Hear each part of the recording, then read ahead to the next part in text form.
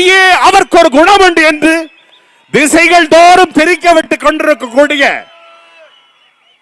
வஞ்சிக்கப்பட்ட தமிழர்களின் வாழ்க்கைக்கு வரமாய் வந்த அண்ணன் செந்தமிழன் சீமான் இப்பொழுது உங்கள் முன்னிலையில்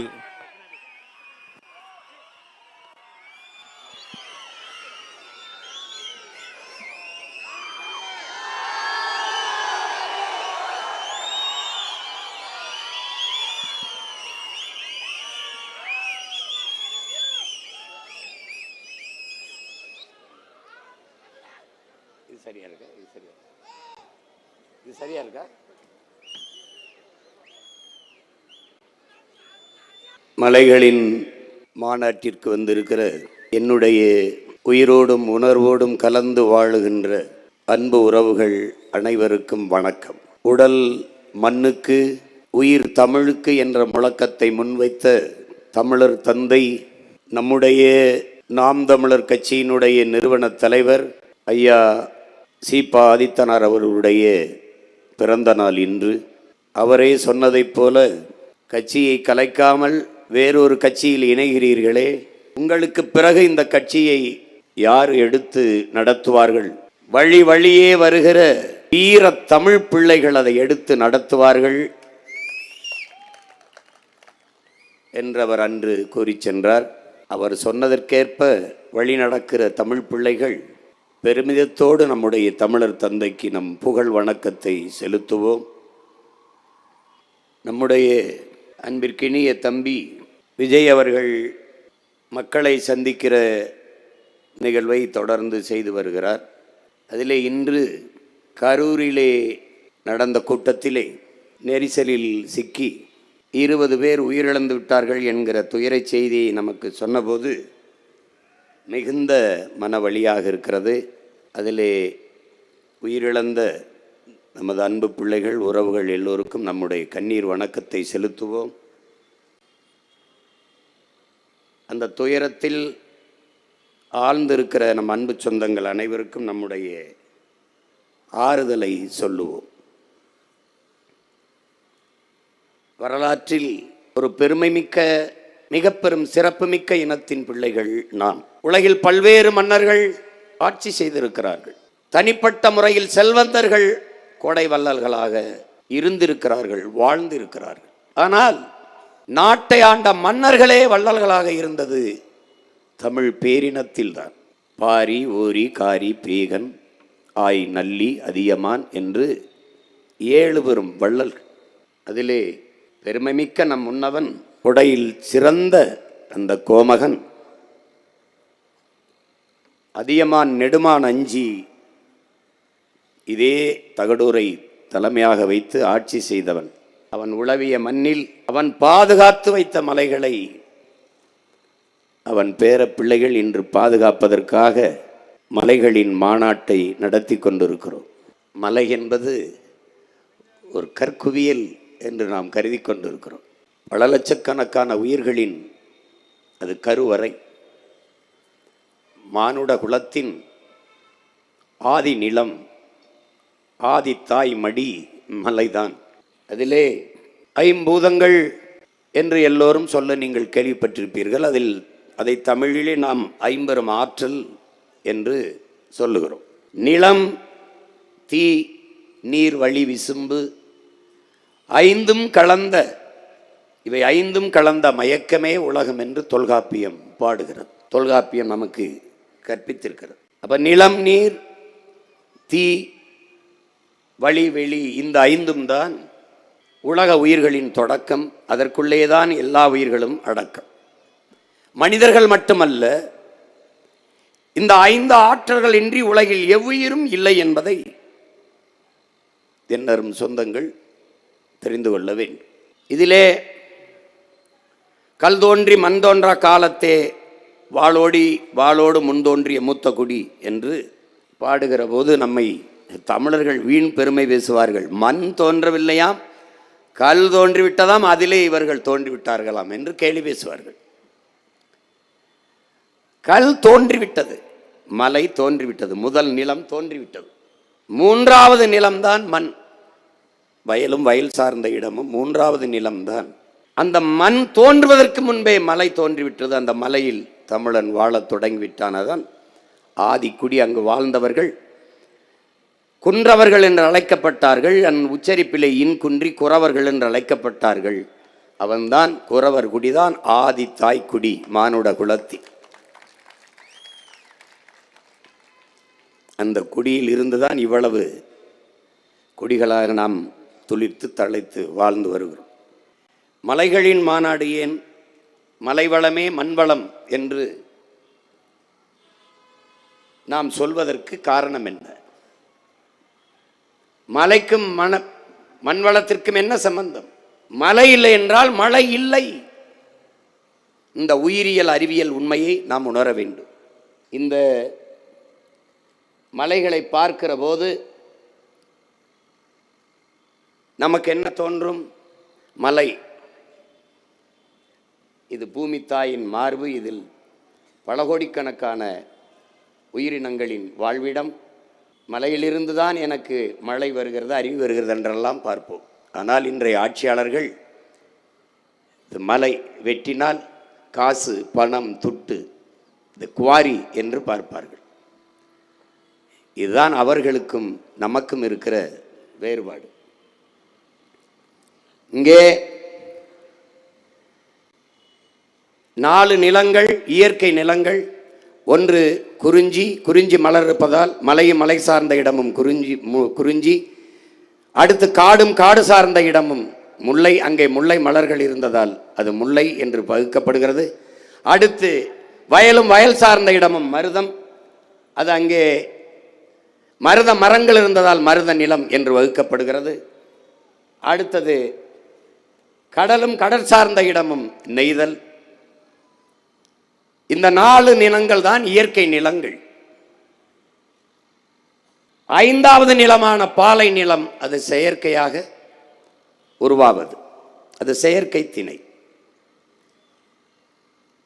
இங்கே இந்த 4 நிலங்களை தாண்டி இன்னொரு நிலம் பாலைவனம். அந்த நிலம் முல்லையும் குறிஞ்சியும் முறைமையில் திரியின் நல் இயல்பிழந்து நிலம் நடுக்குற்று பாலையனும் படிமம் கொள்ளும் என்று நம்முடைய மூதாதை இளங்கோவடிகள் பாடுகிறார். இங்கே கவனியுங்கள், ஒரு நாட்டினுடைய எதிர்காலம் என்பது அந்த நாட்டின் வகுப்பறையில் தீர்மானிக்கப்படுகிறது. ஒரு நாட்டின் எதிர்காலம் என்பது அந்த நாட்டின் வகுப்பறையில் தீர்மானிக்கப்படுகிறது. ஒரு நாட்டின் நலன் என்பது அந்த நாட்டின் ஒவ்வொரு வீட்டின் சமையல் அறையில் தீர்மானிக்கப்படுகிறது. வளத்திலே ஆகச்சிறந்த வளம் அறிவு வளம்தான். நலத்திலே ஆகச்சிறந்த நலம் உடல் நலன்தான். உணவே மருந்து என்று நமது முன்னவர்கள் கற்பித்தது இதில்தான். ஒரு நாட்டின் வளம் என்பது அந்த நாடு பெற்றிருக்கிற நிலத்தின் வளத்தை பொறுத்து அமைகிறது. ஒரு நாடு பெற்றிருக்கிற நிலத்தின் வளம் என்பது அந்த நாடு பெறுகிற நீரின் வளத்தை பொறுத்து அமைகிறது. அந்த நீரின் வளம் என்பது அந்த நாடு பெறுகிற மழைகளின் வளத்தை பொறுத்து, மழை எவ்வளவு பொழிகிறதோ அதை பொறுத்து அந்த நாட்டினுடைய நீரின் வளம் அமைகிறது. அந்த நாட்டின் மழையின் வளம் என்பது அந்த நாடு பெற்றிருக்கிற மலைகளின் வளத்தை பொறுத்து அமைகிறது. அதனால்தான் மழை இல்லை என்றால் மழை இல்லை.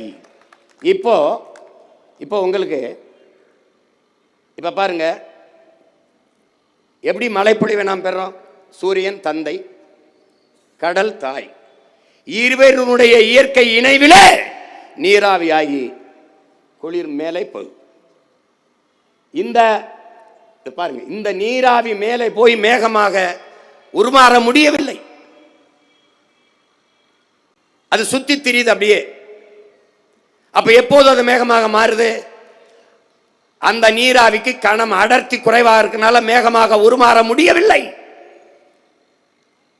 அப்போது மனிதர்களின் வியர்வை, மரங்களின் வியர்வை, மரத்துக்கு வேர்க்குமா? வேர்க்கும், வேர்க்கும், மரத்துக்கு வேர்க்கும்.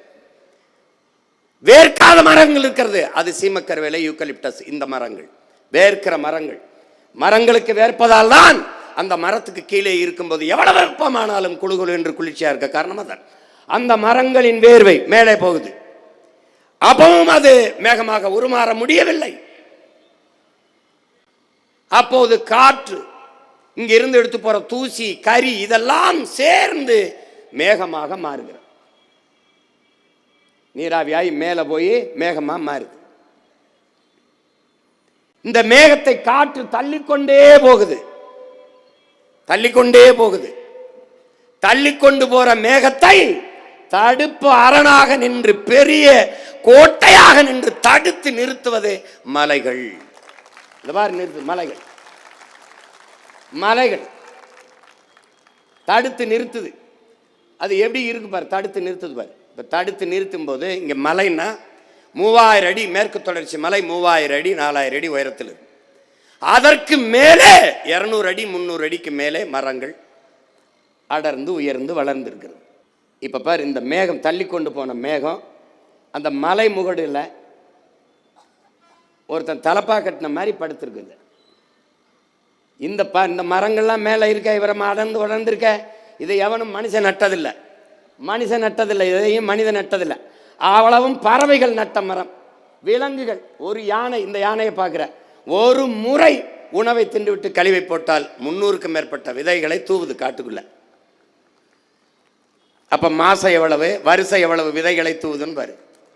இந்த பறவை, நீ பறவை நினைக்கிறா, காக்கை, குருவி, கொக்கு, மைனா, சிட்டு இவையெல்லாம் விதையை தூவும் தூதுவர்கள், விதை பரப்பும் தூதுவர்கள். ஒரு இடத்துல சாப்பிட்டுட்டு அது வேற இடத்துல கழிவை போடும், வேற இடத்துல சாப்பிட்டு இன்னொரு இடத்துல, அப்படி இந்த மலைப்பரப்பு முழுதும் பறந்து அவை இந்த விதைகளை தூவி உருவாக்கிய காடுகள் தான் அடர்ந்து உயர்ந்து மலைமுகடில் இருக்கு. இந்த மரங்கள் தான் மேகத்தை அறுவடை செய்து பூமிக்கு மழையை கொண்டு வருது. மேகத்தின் தன்மை என்னன்னா, எங்க குளிர் இருக்குதோ அங்கதான் அது மழையை கொட்டும். குளிர் இல்லை என்றால் திருப்பி கடல்லே கொட்டிடும், திருப்பி கடல்லே கொட்டிடும். அப்ப அந்த மேகம் இங்க இருந்து பாரு, திருப்பி கடல்ல கொட்டுது பாரு. அப்ப அங்க இருக்கிற மரங்கள் தான் மேகத்தை பூமிக்கு இழுத்துட்டு மழையை கொட்டுது. அதுக்கு நமக்கு எந்த சம்பந்தம் இல்லை. நம்ம பாட்டனும் முப்பாட்டனும் நட்ட மரங்கள் அல்ல, அவ்வளவும் விலங்குகளும் பறவைகளும் நட்டு வளர்த்த மரம். அதனால காக்கா செத்தா என்ன, குருவி செத்தா என்ன, யானை செத்தா, நீ செத்து போயிருவ. அவையெல்லாம் சாகும் போது பார்க்க நீ இருக்கிறாய், நீ சாகும்போது பார்க்க எவனும் இருக்க மாட்டான். இப்ப பாரு, இப்ப மழை எப்படி அறுவடை செஞ்சு மேகம் கொண்டு வருது, மேகம் போய் எப்படி படுக்குது பாரு. இந்த வரை அறுவடை செஞ்சு கொண்டு வருது பாரு, கொட்டுது பாரு. இப்ப என்ன செய்யுது, இந்த மரங்கள் தன்னுடைய இலை அப்படியே உதுத்து உதுத்து வேர்ல இலை பூவையெல்லாம் கொட்டி கொட்டி வைக்குது. பல ஆண்டுகளால் அப்படியே இருந்து வேர்ல படிஞ்சு படிஞ்சு படிஞ்சு படிஞ்சு மண்ணா மாறுது, மண்ணா மாறுது. அரை அங்குலம் இப்படி மண் இப்படி மக்கி மண்ணா மாறுவதற்கு 1000 ஆண்டுகளை எடுத்துக்கிறது. இந்த வேர்ல படிஞ்சு இருக்கிற இந்த மண்ணின் தன்மை என்னன்னா, அந்த மழை இருக்கு பாருங்க, இந்த மழை பொழியும் போது அப்படியே உள்ள மரத்தில் இறங்கி வரும்போது இலைகள் கொஞ்சம் பிடிச்சிக்கிறது, மரத்து வழி அப்படியே வழிந்து வருவதை இந்த வேர் அந்த மண் இருக்குதே மக்கி, அந்த மண் இருக பிடிச்சு சேமிச்சுக்கிறது, அப்படியே வேர்ல பிடிச்சுக்கிறது, ஓட விட மாட்டேங்குது, சேமிச்சு வச்சுக்கிறது அப்படியே. இப்ப எப்படி சேமிப்பு, ஒரு வேளாண் குடிமகன் தன்னுடைய வேளாண்மையில் விளைச்சலில் பாதியை உணவு தேவைக்காக சேமித்து வைப்பது போல அது சேமித்து வச்சுக்கிறது. தன் உணவு தேவைக்கு, உணவு தேவைக்கு போக மீதியை அப்படி உருட்டி விடுறார். அவர் வர்றார், ஓடி வர்றார். அவர் வரும்போது இந்த காடு இதுதான் சோலை காடுகள்.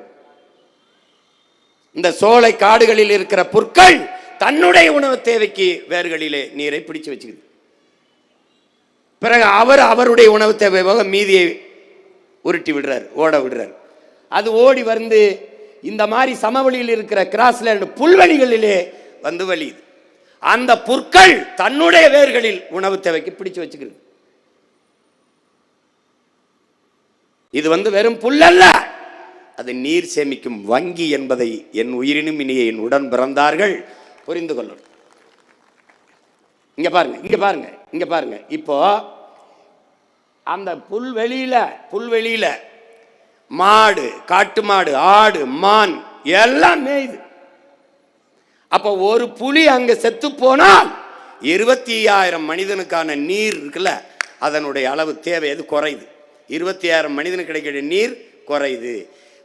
ஒரு புலி செத்தால் எப்படா 20,000 பேருக்கு கிடைக்கிற தண்ணி அளவு குறையுதுன்னா, இந்த மான், இந்த காட்டெருமை, இந்த ஆடு எல்லாம் மேய்து பாருங்க. இந்த புல்லை மேயறதுனால புல் அழிஞ்சிருது.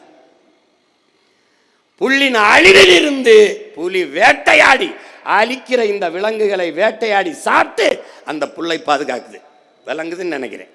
இப்ப பாருங்க, இப்ப இந்த மான் அழிக்கப்படுவதால் அந்த இடத்துல புல் காக்கப்படுகிறது. இப்படி மான் இப்படி திங்குது, அதை பார்க்கக்கூடாது. அது உணவு சுழற்சி, இயற்கையின் விதி. அது நீர் புல்லுக்கு உணவு, புல்லு மானுக்கு உணவு, மான் புலிக்கு உணவு. ஒன்று ஒன்று ஒன்று ஒன்று சார்ந்து சார்ந்து இருக்குது. அப்படிதான் நம்ம யாருக்கு உணவு? ஒரு நாள் இந்த மண்ணுக்கு உணவு, அவ்வளோதான். உனக்கு விளங்குதுன்னு நினைக்கிறேன். இது இதான் உணவு சங்கிலி. இதை தான் நம்ம அப்பா சொல்கிறாங்க, நம்மாழ்வார். இதில் ஒன்றை துண்டிச்சுன்னு வச்சுக்க, கதை முடிஞ்சு. அப்படி இருங்க இந்த பாருங்க எப்படி இதில் ஒன்று துண்டிச்சான்னா, நீ பாரு, கொசு ஒன்றை கடிக்குது. ஒரு அற்ப கொசுவை ஒழிக்க முடியாத இவர்கள் ஊழல் லஞ்சத்தை ஒழிப்பேங்கிறாங்க. நீ நம்பிட்டு அலைகிற. ஏன் கொசு எங்க உருவாகுது சொல்லு? கொசு எங்க உருவாகுது சொல்லு? கொசு எங்க உருவாகுது? அழுக்கு தண்ணியில உருவாகுது. தண்ணி ஏன் அங்க அழுக்காகுது? அங்கேயே தேங்கி இருப்பதால் அது அழுக்காகுது. அங்க கழிவு நீர் தேங்கி இருக்கும்போது அங்க கொசு முட்டையிடுது. அந்த முட்டையை ஒருத்தன் சாப்பிடுவான், அவனுக்கு உணவு யாரு?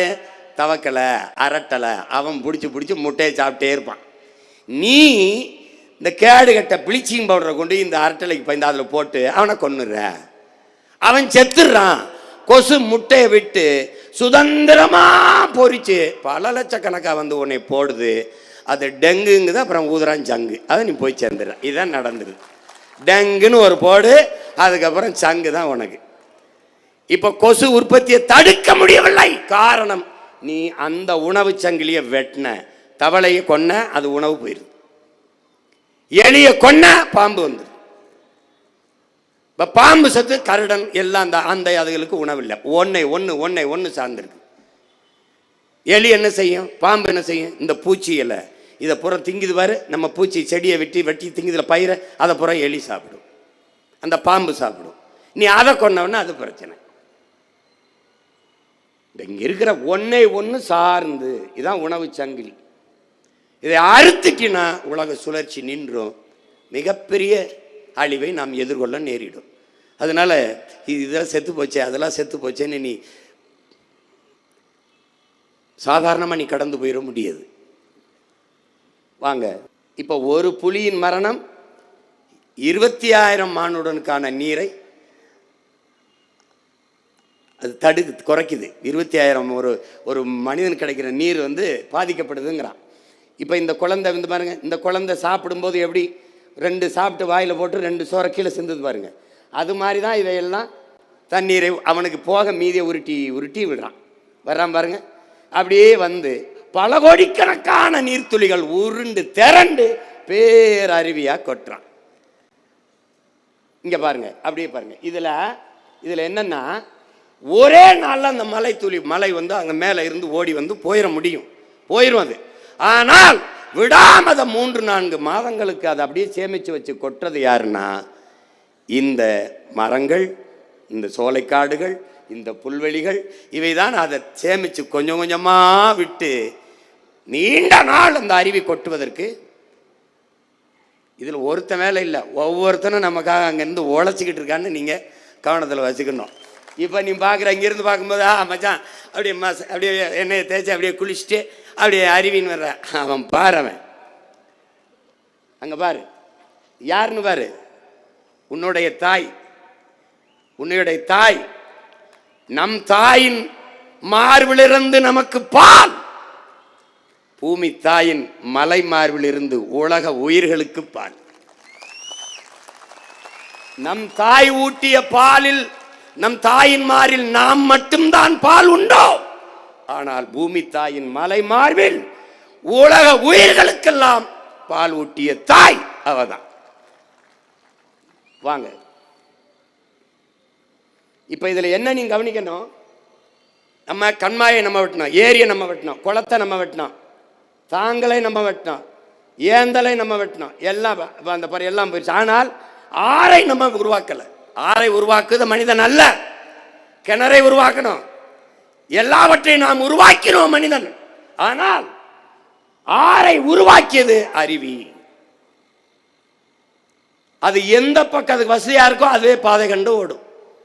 ஆத்துக்கு பாதை கண்டு யாரு தந்தது, தானாக பாதை கண்டு நடக்குது. காற்றுக்கு பாட்டு சொல்லி யாரு தந்தது, தானாக பாட்டு ஒன்று படிக்குது. அது மாதிரி தானாக பாதை கண்டு ஓடியது ஆறு. இப்போ நம்ம தாய் பாரு மல்லாந்து படுத்திருக்கா, பூமி தாய் இப்படி மல்லாந்து படுத்திருக்கா. தாயின் மார்பிலிருந்து பால், அதை போல பூமி தாயின் மலை மார்பிலிருந்து எல்லா உயிர்களுக்கும் பால். புல்லு, பூண்டு, ஆடு, மாடு எல்லாவற்றுக்கும் பார். இங்க பாரு, இதில் என்னன்னு பாரு, இது என்னன்னு பாரு. அப்படி ஓடி வரும்போது, அருவி வேகமாக வரும்போது பெரும் சிறு பாறைகளை உருட்டி கொண்டு ஓடி வருது. அதுல ஒன்னோடு ஒன்று உரசி நொறுங்குது. சிறு சிறு துகள்களாக நொறுங்கி ஆற்றின் மேலே மணலாக படியுது. ஆற்றுக்கு மணல் என்பது, ஆற்று மேலே படுகிற மணல் என்பது மனித உடலுக்கு தோல் போன்றது. இந்த மணல் அரை அங்குலம், அரை அங்குலம், இவ்வளவு படிந்து அரை அங்குலம் உருவாவதற்கு 100 ஆண்டுகள் ஆகும் என்று ஆய்வு செய்து. அரை அங்குலத்துக்கு. இப்ப பாரு, இந்த மணலின் சிறப்பு என்ன? உலகத்தின் தலை சிறந்த நீர் வடிகட்டி மணல். உலகின் தலை சிறந்த நீர் தேக்கி மணல் தான். இப்போ கோடை காலத்தில் கூட அது என்ன, ஆற்றுல போய் பார்த்தீங்கன்னா கொஞ்சோண்டு அப்படி தோண்டினா தண்ணி வந்துடும். என்ன தேக்கி வச்சுக்கிறான். அப்போ சிறந்த நீர் கட்டி அதுக்கு சான்ற பாரு. நீர் வடிகட்டி கடல்ல நீ பாரு, கடல்ல உப்பு கரிக்கும். தண்ணி எடுத்து குடிச்சின்னா உப்பு கரிக்கும். கடல்ல இந்த தண்ணி எடுத்து குடிக்க முடியுமா? உப்பு கரிக்கும். ஆனால் அரை அடி 2 அடி அப்படி தள்ளி போயிட்டு, 2 அடி தள்ளி போயிட்டு இப்படி தோண்டின்னு வச்சுக்க, தண்ணி வரும். எடுத்து குடி, உப்பு கரிக்காது. காரணம் என்ன? அவன் வடிகட்டிடுறான். அவனை மாதிரி சிறந்த நீர் வடிகட்டி உலகத்தில் கிடையாது. இப்ப நீ என்ன பண்ணிடுற? இந்த பாரு, அந்த மணலை நீ அள்ளி என்ன பண்ற? விற்க ஆரம்பிச்சிட்ட. எல்லாருக்குமான பாலை கொடுக்குறா பாரு உன்னுடைய ஆறு. இது எல்லாருக்கும் கொடுப்பார். எல்லா உயிர்களுக்கும், கடைசியா அணிலுக்கும்.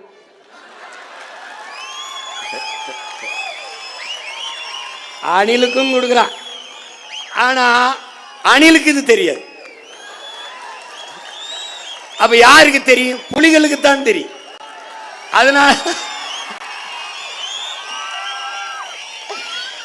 அதனாலதான் புலிகளுக்கு தான் தெரியும். புலிகள் தான் நாட்டையும் காக்க போராடணும், காட்டையும் காக்க புலிகள் தான் போராடணும். உனக்கு புரியுதுன்னு நினைக்கிறேன்.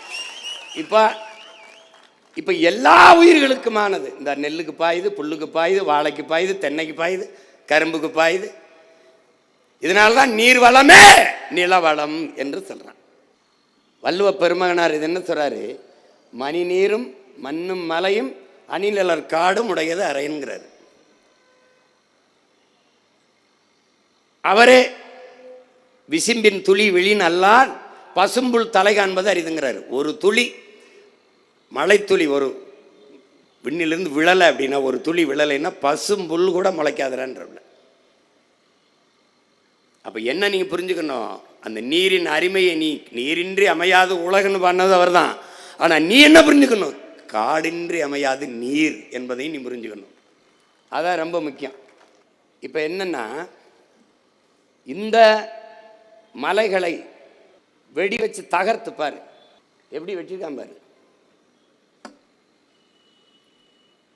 ஒரு பல்ல பிடுங்கினா அதை எளிரோட பிடுங்கிட்டு அந்த இடத்துல எவ்வளவு பள்ளம் இருக்குமோ அது மாதிரி நம்முடைய மலையை அறுத்து கொண்டு போகிறான்.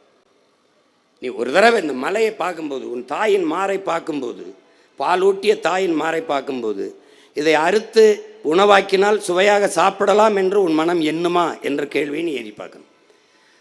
ஆனால் இந்த மலையை பார்க்கிற போது இதை வெட்டி வித்தால் காசாக்கலாம், நிறைய சம்பாதிக்கலாம் நினைக்கிற மனித மனத்தை நீ ஆழ்ந்து சிந்திச்சு பார்க்கணும்.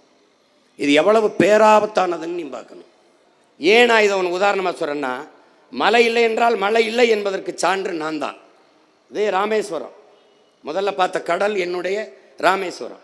அங்கே எனக்கு கடல் இருக்கு, ஆனால் மழை பொழிவு இல்லை. வறண்ட மாவட்டமாக நான் இருக்கேன். மதுரையில் கடல் இல்லை, ஆனால் தேனி கம்பம் குமிழியில் வளமையாக இருக்கு, செழிப்பாக இருக்கு அந்த நீளம். காரணம் என்ன? எங்களுக்கு கடல் இருக்கு, மழை இல்லை. அவனுக்கு கடல் இல்லை, மலை இருக்குது, மேற்கு தொடர்ச்சி மலை இருக்குது.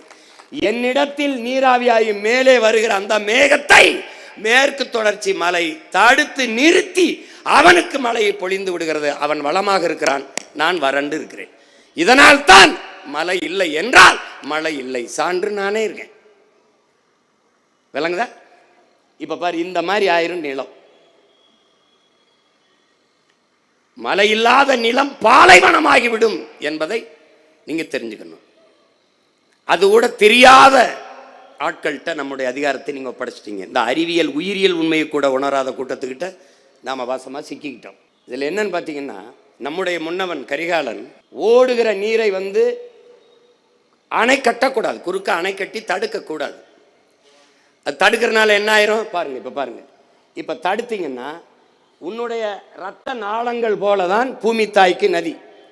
அந்த நதியிலே குறுக்க ஒரு அணையை நீ கட்டிட்டீன்னா உன்னுடைய இரத்த நாளங்களில் ஒரு இடத்துல தடை ஏற்பட்டால் எப்படி அந்த இடம் செயலிழந்து விழுந்து விடுமோ, இயங்காதோ, அதை போல மற்ற இடத்தில் ஆறு மரணித்து விடும். அந்த தேக்கி வைக்கிற இடத்திலே நிறுத்துங்க. தேக்கி வைக்கிற இடத்திலே நீர், நிலத்தடி நீர் உயரும், அந்த இடத்துல இருக்கிற உயிரினங்கள் வாழும். மற்றபடி அந்த நதியை நம்பி இருக்கிற இடங்கள் இது போல வறண்டு போகும், மற்ற உயிரினங்கள் வாழ முடியாது. அந்த இடத்திலே ஆறு மரணித்து விடும். அப்ப என்ன பண்ணும்? தடுக்க கூடாது. அப்ப என்ன பண்ணும்? நீரை ஓட விடணும். எந்த முறையை கையாளணும்? நமது முன்னவன் கரிகால் பெருவளச்சோழன் கட்டியது போல ஒரு தடுப்பணை தான் கட்டணும். நமது பாட்டன் 1800 ஆண்டுக்கு முன்னாடி அவன் அணையை கட்டி தடுக்கவில்லை, தடுப்பணை கட்டினான். இந்த அணையில் வேண்டிய அளவு நீரை தேக்கி விட்டு அதுக்கு மறுபடியும் மேலே ஏறி அந்த போயிடும், அடுத்த பக்கம் போயிடும். அப்ப தேவையான அளவுக்கு சேமித்து விட்டு மேலே ஏறி ஓவர்ஃப்ளோ ஆகி தடையை தாண்டி போயிடும். அது தடுப்பணை. இது எந்த முறையிலனா, இந்த மாடு, பசு மாடு பாருங்க, அப்படியே இந்த பசு மாட்டில் கண்ணுக்குட்டியை குடிக்க விடுறோம். பசு யாருக்கு பால் கறக்குது? கண்ணுக்குட்டிக்கு தான். ஆனால் நமக்கு என்ன கற்பிச்சு வச்சிருக்கான்? காக்கை பாட்டி வடையை திருடி விட்டது, பசு நமக்கு பால் தரும், அப்படிதான் பாடம் நடத்துறான். பசு நமக்கு பால் தரல, அது கண்ணுக்குட்டிக்கு. ஆனா காக்கை செஞ்சது திருட்டு, நீனும் நானும் செஞ்சது திருட்டு இல்லைங்கிறான். எப்படிப்பட்ட திருட்டு பேப்பாரு? நீனும் தான் திருடுற, பசு நமக்கு பால் தரல, திருடுறான். அதுவும் சில மாடு உதஞ்சிரும்னா வாழை கண்ணில் அடிச்சிருப்போம்னா வாழையும் காலையும் சேர்த்து ஒரு கட்டை போட்டுட்டு கறக்குறோம். இப்போ கண்ணுக்குட்டியை குடிக்க விட்டான், அது கண்ணுக்குட்டிக்கு தான் பால் கறக்குதுன்னு நினச்சி கறக்கும். நம்ம அது திரும்பி பார்க்க விடாமல் முன்னாடி கொஞ்சம் கூலத்தை போடுவோம். இப்போ போடுவார் பாருங்க, போடுறாரா? இது சாப்பிடும். அது குனிஞ்சு இறைய சாப்பிட்டுக்கும் போது பாலை கறந்துருவேன். உனக்கு தேவையானதை எடுத்துக்கிட்டு திருப்பி அதே கண்ணுக்குட்டியை கொஞ்சம் மடுவில் மிச்சம் வச்சு பாலை குடிக்க விடுவேன். பாரு, குடிக்க விடுறாரா? இந்த முறையைத்தான் நீ நீர் மேலாண்மையில கையாளணும். எப்படின்னா, கடல்ல இருந்து தாயிலிருந்து வந்த பாரு, ஆறு, ஏரி, கண்மாய், கரணை, தாங்கல், ஏந்தல், ஊரணி, குளம், குட்டை, இப்படி நமது பண்டை தமிழ் முன்னவர்கள் நீர் மேலாண்மையை கடைபிடிச்சிருக்காங்க. இது போல ஆறுல இருந்து வர்றதை, அந்த நீரை ஒரு ஏரியை வெட்டி, இப்ப ஏர்போர்ட் கட்டுறான்ல 5000 ஏக்கர், என் மக்கள் தர மாட்டேங்கிறான். அதே 5000 ஏக்கர் அவன் மகன் நான் ஏரி வெட்டுறேன்னா கொடுத்துருவான். 5000 ஏக்கர்ல ஒரு 500 ஏக்கர்ல ஏரியை வெட்டி நீரை தேக்கினால் அந்த 5000 ஏக்கருக்கு பாசனம். இப்ப எங்க பாட்டன் அரசேந்திரன் வீரநாராயண ஏரி வெட்டியிருக்கான், 16 கிலோமீட்டருக்கு வெட்டியிருக்கான். என் ஊர் ராமேஸ்வரத்திலிருந்து தலைமன்னாருக்கு 16 கிலோமீட்டர் தான் கடலின் குறுக்கு வாட்டில். அப்போ 16 கிலோமீட்டர்னு ஒரு சின்ன கடல். அந்த கடலை, அந்த ஆறை, அந்த அணை, அந்த ஏரியை தூர்வாரினால் எவ்வளவு நீரை தேக்க முடியும் பாரு. வீரநாராயண ஏரியில் கடலூர் ஆண்டுதோறும் அதிக மழைப்பொழிவு பொழியுது, வெள்ளத்தில் மிதக்குது. அந்த நீரை சேமிச்சா நான் பெரும் குழாயின் மூலமாக, ராட்சச பெருங்குழாய்களின் மூலமாக தூக்கி கொண்டு போய் என்னுடைய காவிரி, என்னுடைய தஞ்சைக்கு தண்ணியை ஊற்றிடுவேன். அவன்கிட்ட போய் கஞ்சிக்கிட்டு இருக்க வேண்டிய அவசியம் இல்லை. அப்போ என்ன சொல்கிறான்? அந்த ஆறை அப்படியே ஓட விடுறான், திருப்பிடா ஏரியில் சேர்றான். கண்மாய், கரணை, தாங்கல், ஏந்தல், குளம், ஊரணி, குட்டை, இப்படி எல்லாத்திலையும் சேர்த்துக்கடா. தேக்கிட்டு திருப்பி தாயிடமே சேயை சேர விடு. பசுவிடம் எப்படி கண்ணுக்குட்டியை திருப்பி விட்டியோ அப்படி அந்த தாயிடத்திலே நதியை சேர விடு. சேர விடாம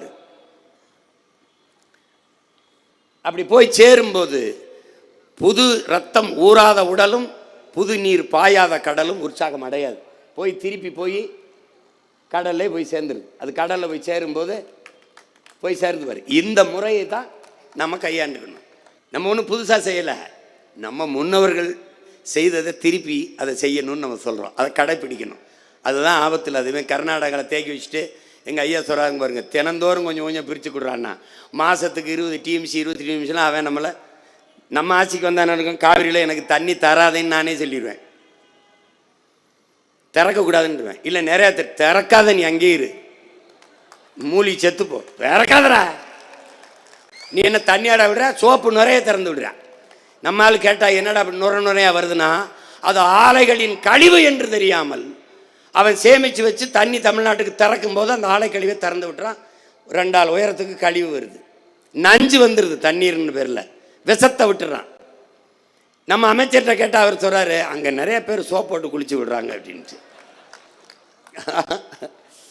போங்க, அதுதான் சொல்லுது. குளம், குட்டை, ஏரி இப்படி நீரை தேக்கிக்கிட்டு திருப்பி கடலில் விட்டுறணும்னு சொல்லுது.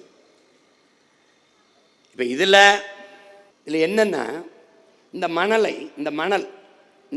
அள்ளி அப்படி இருங்க, அப்படி இருங்க, இங்கே பாருங்கள், இந்த மணலை அள்ளி நம்ம கொண்டு போய் விற்கிறோம். அவன் என்ன சொல்கிறான், நமக்கு புத்தால்தனமாக நம்மகிட்ட என்ன கேள்வி எழுப்புறான்னா, மணல் அல்லைன்னா வீடு இப்படி கட்டுறதுங்கிறான். தமிழ்நாட்டு மக்களின் மணல் தேவைக்கு மட்டும்தான் தமிழ்நாட்டு ஆறுகளில் மணல் அள்ளப்பட்டதா அப்படிங்கிற கேள்வி உடனே நமக்கு எழுது. நமது முன்னவர்கள் எத்தனாயிரம் ஆண்டுகளாக இந்த நிலத்தில் நாம் வாழ்கிறோம். அப்ப இந்த ஆறுகளில் மண்ணள்ளி தீர்த்தமா? இந்த ஆறுகள் எல்லாம் மண்ணு தீர்ந்து போனதா? கோட்டை கட்டி ஆண்டோம்,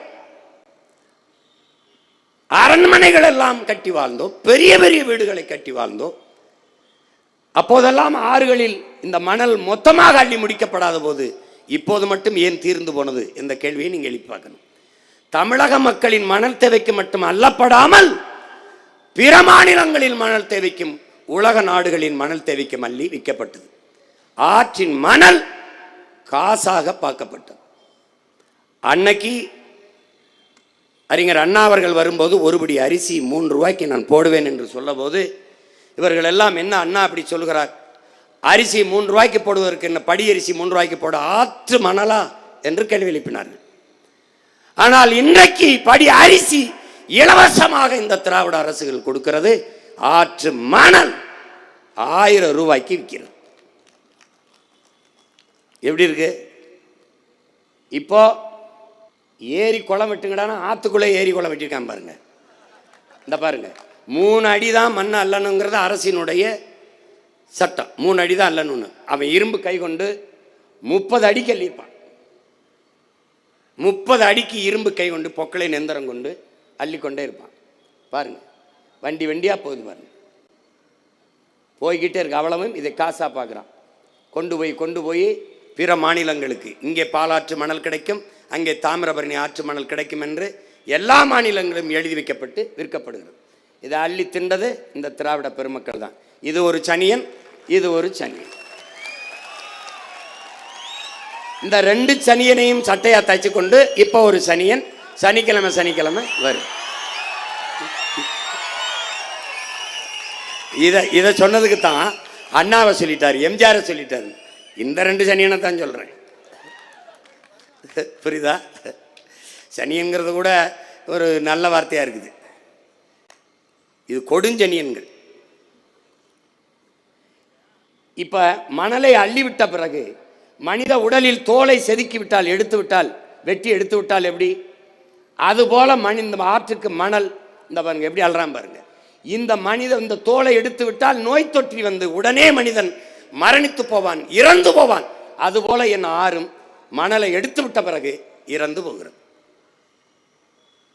ஆறு மரணித்திருது. ஆறு செத்து போகுமா சீமா? நீங்க கேட்கலாம். செத்து போகும். பாரு எப்படி அல்றாம் பாரு, செத்து போகும். கழிவு நீர் ஓடுகிற காவாயாக மாற்றி விட்டார்கள். நீங்க பாருங்க, இங்க பாருங்க, இது ஆத்துக்கு இருகரையிலும் இருக்கிற நாணல். மணல் இருந்தால் நடுவில் எதுவும் முளைக்காது, இரு ஓரத்தில் நாணல் இருக்கும். மணலை அள்ளிவிட்ட பிறகு மண் வந்துருது. மண் வந்த பிறகு அங்கே மரம் செடி கொடி எல்லாம் முளைச்சிருச்சு. அங்க பாரு அப்படி வந்துருச்சா, மரம் முளைச்சிருக்கு பாரு நடு ஆத்துக்குள்ள.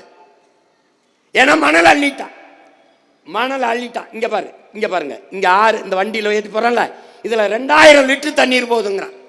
ஒரு வண்டியில் போற ஈரத்தோட போற மணல்ல 2000 லிட்டர் தண்ணீர் போகுது. இது தண்ணீர் என்று நீ நினைக்காதே என்னுடன் பிறந்தவனே, நம்மை பெற்ற தாயின் கண்ணீர்.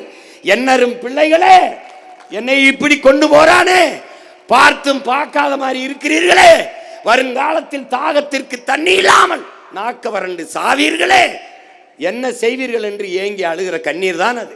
இந்த பார், இதை அரசே அது தீர்மானித்த நியமிச்ச அளவுக்கு 3 அடியில் அள்ளி அள்ளி வித்திருந்தால் 500 ஆண்டுகளுக்கு இந்த மண்ணின் மக்களின் மணல் தேவைக்கு அது கொடுத்திருக்கலாம். அந்த வருவாயை அரசு தன்னுடைய நிதி தேவையை பெருக்கி, நிதி வளத்தை பெருக்கி மக்களுக்கு பல்வேறு நலத்திட்டங்களை செய்திருக்கலாம். தனியார் முதலாளிகள் கொள்ளையடிப்பதற்கு ஒப்பந்தத்தை கொடுத்து விட்டு கமிஷனை வாங்கிக்கிட்டு நின்ன புரோக்கர் பசங்க கிட்ட நீ நாட்டை கொடுத்துட்ட, வாங்கி தின்னுட்டான், மொத்தமா முடிச்சிட்டான். அப்படியே பாரு, இங்க பாரு, இங்க பாரு. இப்போ இதுல என்ன மண்ணாலுன்னா 6 மரணிச்சிருது, 6 செத்துருது. 6 செத்துருச்சுங்கிறதுக்கு சான்று இந்த பனை தான். இந்த பனையின் தன்மை என்ன? இது பாலைவனத்தில் வராது, ஆனால் வறண்ட நிலத்தில் செழித்து வளரும். மற்ற மரங்களைப் போல இவன் பக்கத்திலே வேர்களை பரப்ப மாட்டான். கீழே அப்படியே உள்ள போய் அவனுக்கு டியூப் மாதிரி, குழாய் மாதிரி தான் அவனுக்கு நீரை உறிஞ்சி 1000 அடிக்கு கீழே போய் அந்த தண்ணீரை உறிஞ்சி கொண்டு வந்து அந்த பனை என்ன பண்ணும், அப்படியே வச்சுக்கிறோம். அந்த நீர் வளத்தை பெருக்கி நிலத்தின் வளத்தையும் பெருக்கி கொடுக்கும் பனை. அப்ப 10 பனை மரம் ஒரு கிணறை சுற்றி இருந்தால் நீரை கடைசி வரை வற்ற விடாது என்கிறார் நம்முடைய அப்பா நம்மாழ்வார் அவர்கள். அந்த பனை 1000 அடிக்கு கீழே இருந்து தண்ணீரை எடுத்து வரக்கூடிய ஆற்றல் பெற்ற பனை கழுத்து முறிந்து வாழ முடியாமல் வறண்டு சாகிறது என்றால் உன்னுடைய நிலம் நீரற்ற நிலமாக மாறிக்கொண்டிருக்கிறது, உன்னுடைய நிலம் பாலைவனமாக மாறிக்கொண்டிருக்கிறது என்பதை உனக்கு பறைசாற்றுகிறது, எச்சரிக்கிறது, அறிவுறுத்துகிறது, எடுத்து சொல்லுகிறது. அதுதான் இந்த பனை, தென்னை, பாக்கு, இந்த மரங்கள் எல்லாம் ஆத்து கரையில் நிற்கிற மரங்களை கழுத்து முறிஞ்சு சாவதே சான்று.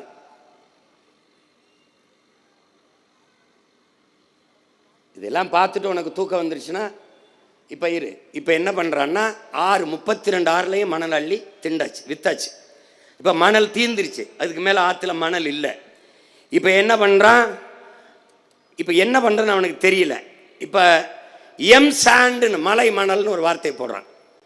இது எப்படிப்பட்ட அணுகுமுறைனா, எங்கிருந்து ஆறு வந்தது? மலையிலிருந்தா வந்தது. அந்த ஆறு எங்கிருந்து வந்ததோ, அருவி வந்து ஆறு வந்ததோ, அந்த ஆறை கொண்டு வந்த அந்த மலையவே இப்போ என்ன பண்ணுறான், எம் சாண்டுன்னு இருக்கிறான். இந்த ஆறை உயிர்ப்பிக்க முடியும்னா அதுக்கு வாய்ப்பே இல்லை. ஏன்னால் எங்கிருந்து ஆறு வந்ததோ அந்த ஆறு உருவான கருவறையவே அவன் அறுக்கிறான். எப்படி? பரமசிவன்கிட்ட வரம் வேண்டி பத்மாசுரன் தவம் இருக்கான். தவம் இருக்கும்போது என்ன வர வேண்டும்னு கேட்குறான் அவன். இவன் எனக்கு நான் யார் தலையில் கை வச்சாலும் அவன் எரிஞ்சு சாம்பலானம்ன்றான். இவர் சிவன் தந்தேன்றாரு. நீ கொடுத்த வரம் வேலை செய்தா இல்லையான்னு பார்ப்போம், உன் தலையில் கையை வைப்போன்றான். இது எப்படிப்பட்டதுன்னா, எவன் ஆரை தந்தானோ அவனையே அழிக்கிறது. இப்போ பரமசிவன் வரம் தந்தவன் தலையிலேயே கையை வைக்க பத்மாசுரம் ஓடுறான். இப்போ ஆரை தந்தவன் தலையவே அறுக்கிறான். அதுதான் எம் சாண்ட், மலை மணல். மலையை மணலாக, மலையை கல்குவாரியாக. ஏன் மணல் குவாரி, ஏன் கல்குவாரி? ஏன்னா வாரி வாரி எடுப்பதால் அது மணல் குவாரி, கல்குவாரி. அதான் அதுக்கு பேர். ஆச்சு, எல்லாம் தின்ட்டான். உன் தாயின் மாறு, இந்த மாறில் நீ பால் குடிக்கிற, இந்த மாறை அறுத்து ரத்தம் குடிப்பது எப்படிப்பட்ட கொடுஞ்செயலோ அப்படிப்பட்ட கொடுஞ்செயலை இவர்கள் செய்து கொண்டிருக்கிறார். பால் ஊட்டி வளர்த்த தாயின் மாரை அறுத்த படுபாதகர்கள் இவர்கள். பாரு எப்படி வெட்டிருக்கான். இது பரவாயில்ல. சில மலைகள் இப்படி முன்னாடி பார்க்கும்போது மலை இருக்கும், பின்னாடி போனீங்கன்னா முதுகு அப்படியே வெட்டி எடுத்துருப்பான், பின்னாடி மலை இருக்காது. பாரு இதெல்லாம் நாங்கள் காட்டுறது கொஞ்சம்தான். கன்னியாகுமரி, தேனி, தென்காசி, திருநெல்வேலி, கோயம்புத்தூர், ஈரோடு, கரூர் எல்லா இடத்துலையும் மழை இல்லை.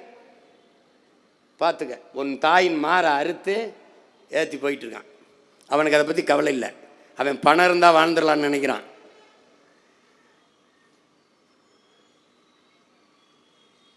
பாரு இதில் ஏன் போட்டு போட்டு காட்டிக்கிட்டு இருக்கேன். ஏதோ இருந்தாலும் சும்மா சொல்லிக்கிட்டு இருக்கான்னு நினைக்கக்கூடாதுல்ல. மலைக்கெல்லாம் ஓட்டு இருக்கான்னு கேட்பான். ஓட்டுக்காக பேசுகிறவன் இதை பேச மாட்டான். என் தம்பி பாலமல்லீஸ்வரர் மாதிரி நாட்டுக்காக நிற்கிற பிள்ளைகள் தான் இதை நாங்கள் பேசுவோம். நீ போட்டா போடு, போடலைன்னா போ. நீ நோட்டாவுக்கு போடு, இல்லை எவனுக்கோ போடு, எனக்கு அதை பற்றி பிரச்சனை கிடையாது. நாடும் மக்களும் நல்லா இருக்குன்னா என்ன என் நாடு தேடு போடு, அவ்வளோதான். ஒரு வழி இல்லை, போங்க. இப்போ என்ன நம்ம கேள்வி எழுப்ப வேண்டியது இருக்குது. மலையை வெட்டியாச்சு, கற்குவாரிகள், மணலை அள்ளியாச்சு, சாண்டு மலை மணல், வீடு கட்டியாச்சு, மாளிகை கட்டியாச்சு, கற்களை நொறுக்கி இதை அப்படி கற்களாக்கி மாளிகை கட்டி வீடு கட்டிட்டோம், அந்த கட்டிட்டோம். இப்போ மணலாக நொறுக்கி கற்களாக நொறுக்கி சாலை போட்டோம், ரோடு போட்டோம், வேகமாக போகலாம், 8 வழி 4 வழி போட்டோம், வேகமாக போகிறோம். எங்கே போகிறோம்? வீட்டுக்கா சுடுகாட்டுக்கா? இதுதான் கேள்வி.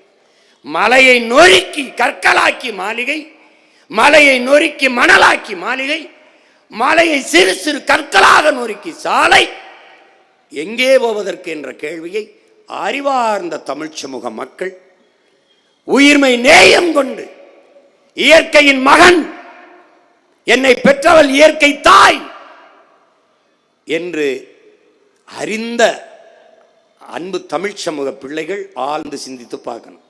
இப்போ எங்கே போகுது உன் தாயின் மாறு? எங்கே பாரு, தெருவில் குமிச்சு வச்சிருக்கான் பாரு, சாண்டு மலை மணல். இது சரியாக இன்னும் 10 ஆண்டுகளில் உன் நிலம் பாலைவனமாயிரும்.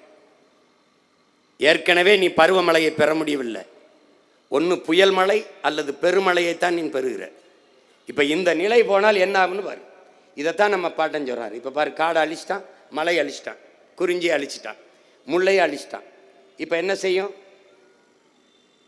நிலம்? இந்த பாரு, முல்லையும் குறிஞ்சியும் முறைமையில் திரியின் நிலம் நடுக்குற்று. இது என்னன்னா, இப்போ கன்னியாகுமரியில் இவ்வளவு மலைகளை வெட்டி எடுத்துட்டு போகிறாங்க.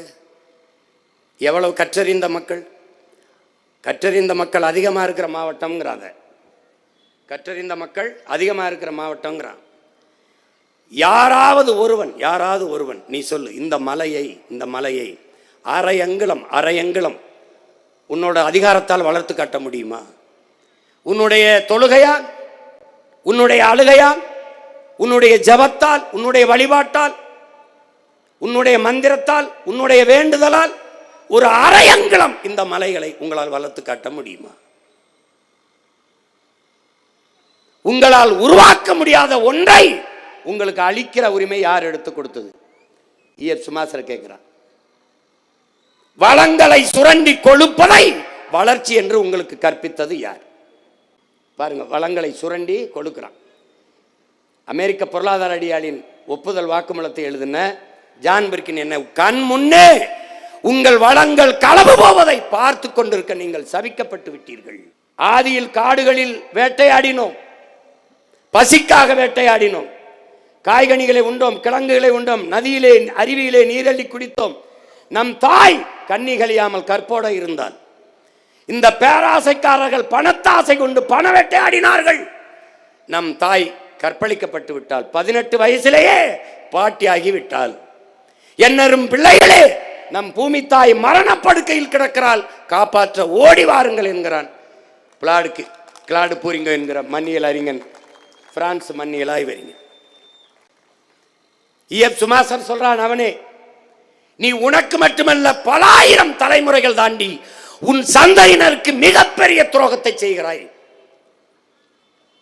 அப்படிப்பட்ட துரோகத்தை செய்து கொண்டிருக்கிறார். ஸ்டீவன் ஹாக்கின்ஸ் சொல்றான், அன்பான மக்களே, நீங்கள் இந்த பூமியை எந்த உயிரினம் வாழ முடியாத ஒன்றாக மாற்றி விட்டார்கள். நீங்கள் வேற கிரகங்களை நோக்கி படையெடுங்கள். வேற எங்கேயாவது போய் இது வாழ முடியாது, முடிச்சிட்டாங்க. அழித்துக் கொண்டிருக்கிறார்கள்.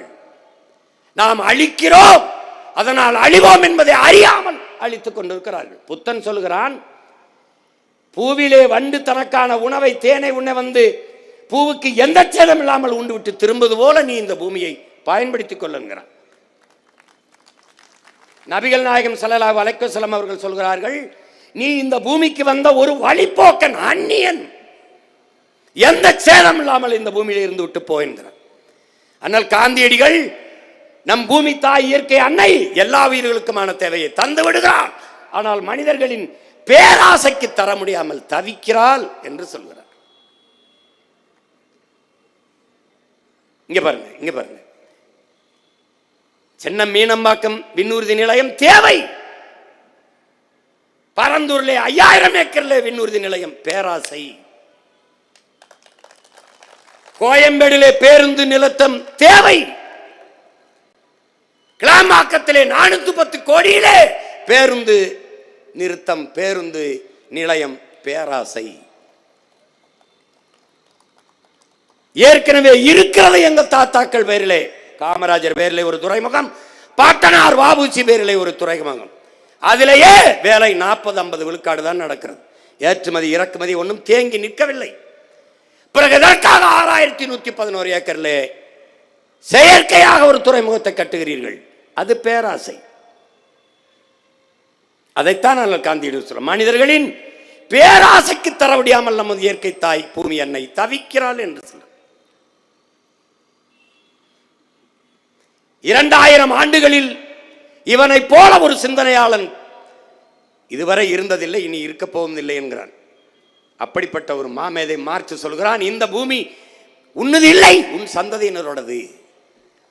ஒரு அரசிற்கோ ஒரு சமூகத்திற்கோ உடையது அல்ல, உன் பிள்ளைகளோடது. அப்ப நீ இந்த பூமியை பத்திரமாக இருக்கிற வளத்தை செழுமைப்படுத்தி வளமைப்படுத்தி கொடுத்து விட்டு போக வேண்டும் என்கிறார். அதேதான் உங்கள் உடன் பிறந்தவன் சொல்கிறேன், இது வாடகை வீடு, நீ வாடகைக்கு குடியிருக்கிறாய். அது யாருடையது? உன் பிள்ளைகளுடையது. வீட்டு உரிமையாளர் ஒப்படைக்கும் போது எப்படி பத்திரமாக ஒப்படைப்பாயோ அப்படி உன் பிள்ளைகளிடத்திலே பத்திரமாக ஒப்படைத்து விட்டு இந்த பூமியை நீ செல்லணும். இது என்ன? இங்க பாருங்க, நீங்க என்ன நினைக்கிறீங்க? என் பெற்றோர்கள், என் அன்பு சொந்தங்கள் என்ன நினைக்கிறீங்க? உங்க பிள்ளைகளுக்கு பெரிய வீட்டை, வாழ்வதற்கு நல்ல வீட்டை, பெரிய வீட்டை வைத்து விட்டு போக வேண்டும் என்று நினைக்கிறீர்கள். ஆனால் உங்கள் மகன், உங்கள் பிள்ளைகள், நாங்கள் எங்கள் பிள்ளைகள் வாழ்வதற்கு நல்ல நாட்டை வைத்துவிட்டு போக வேண்டும் என்று நினைக்கிறோம். பாருங்க, நீங்கள் காசு, பணம் இதை வைத்துவிட்டு போக வேண்டும் என்று நினைக்கிறீர்கள். ஆனால் உங்கள் பிள்ளைகள், நாங்கள் அதே என் பிள்ளைகளுக்கு நல்ல காற்றை சுவாசிக்க வைத்துவிட்டு போக வேண்டும் என்று நினைக்கிறோம்.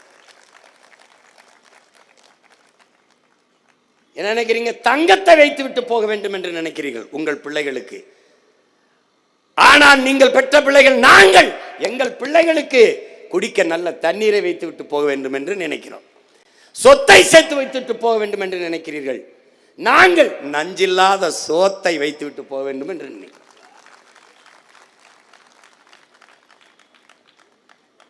இப்ப யார் கூட நிக்க போகிறீர்கள் என்பதை நீங்க தான் முடிவெடுக்கணும்.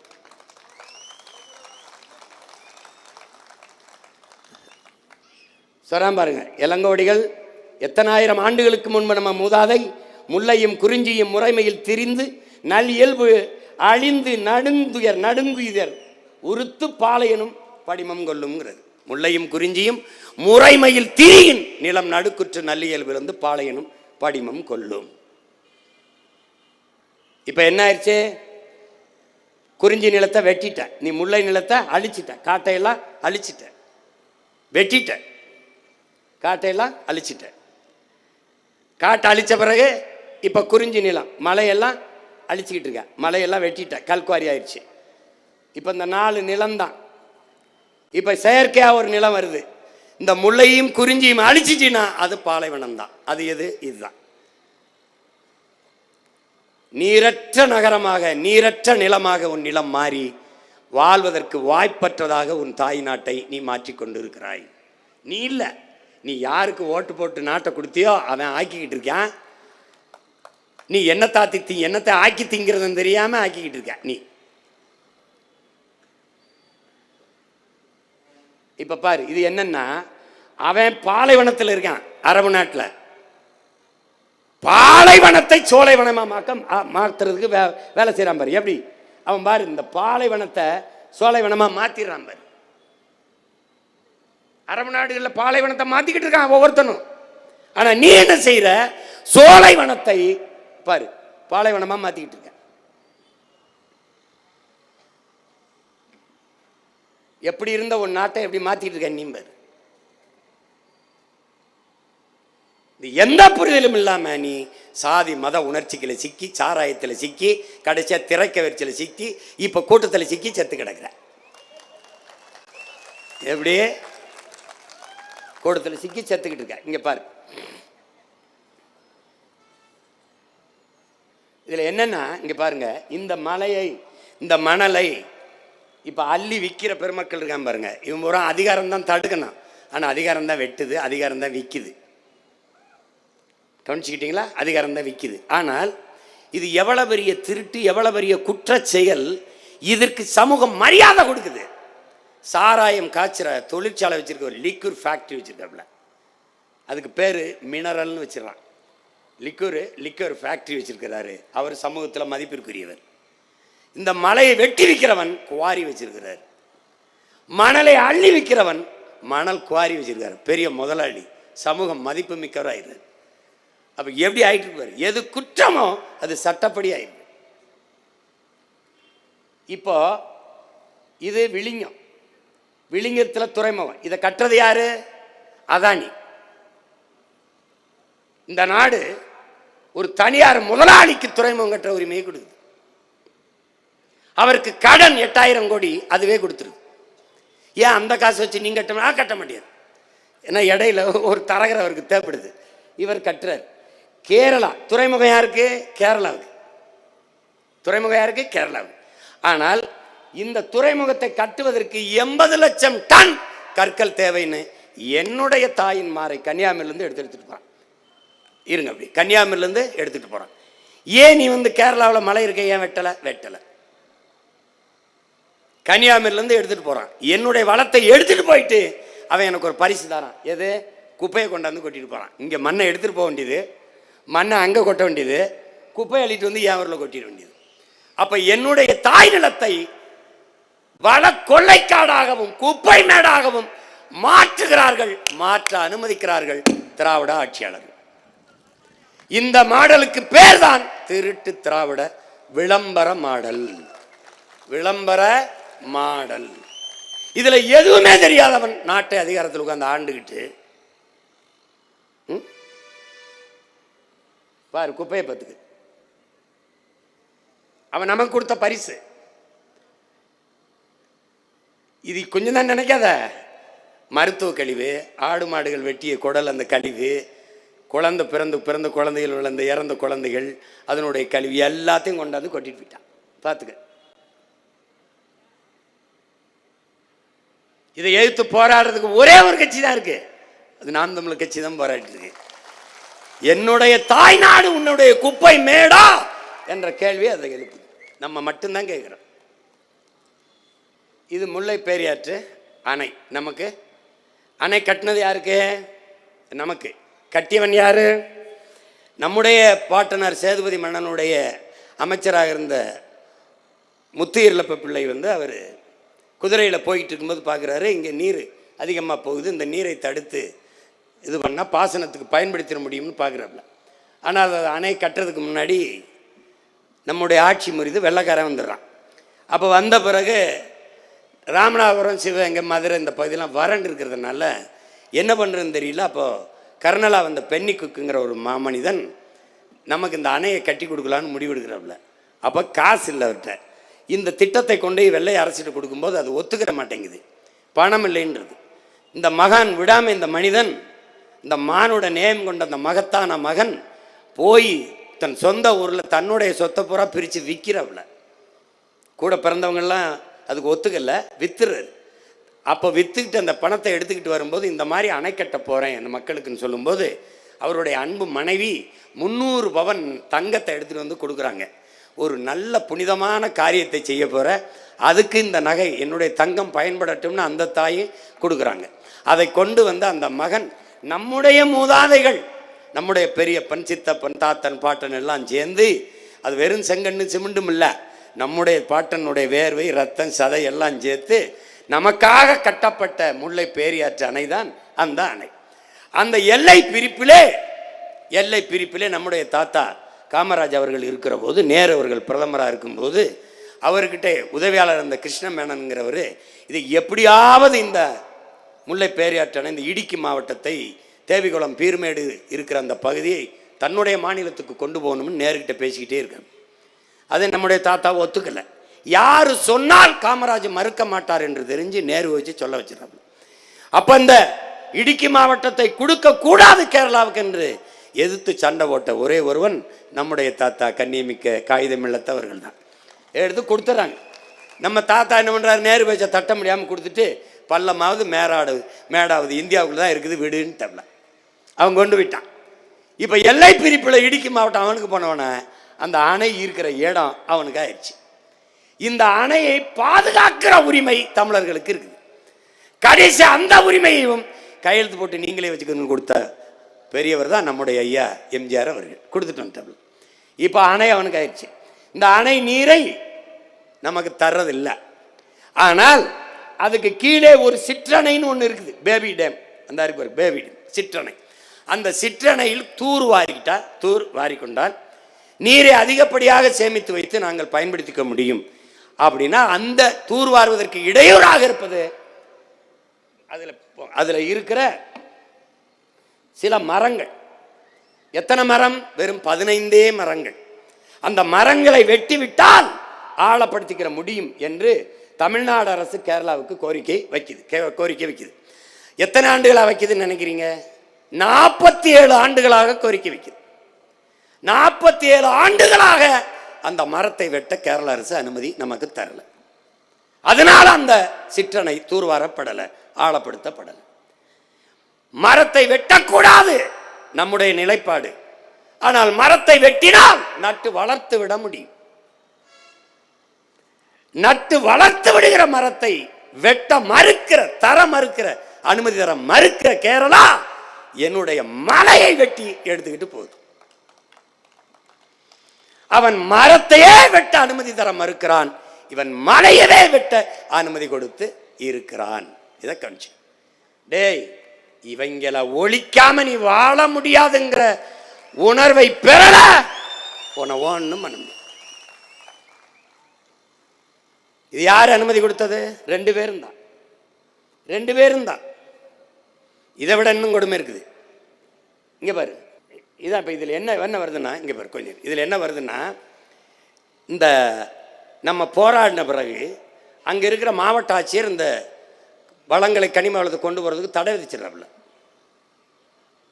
அப்போ என்ன பண்ணுறான், பினோயின்னு ஒருத்தன் அங்கே இருக்கிற அந்த ஒரு கன்னியாகுமரியில் இருக்க ஒருத்தன் வந்து மதுரை உயர்நீதிமன்றத்தில் வந்து வழக்கு போட்டுறான். அந்த வழக்கு என்ன சொல்லுது பாரு, எப்படி போடுறான்னா, ஏற்கனவே வில்லிங்கத்துக்கு 80 லட்சம் டன், 80 லட்சம்ங்கிறது சொல்கிறதானே, அது எத்தனை லட்சம் டன் போச்சுன்னா யாருக்கு தெரியும். இதில்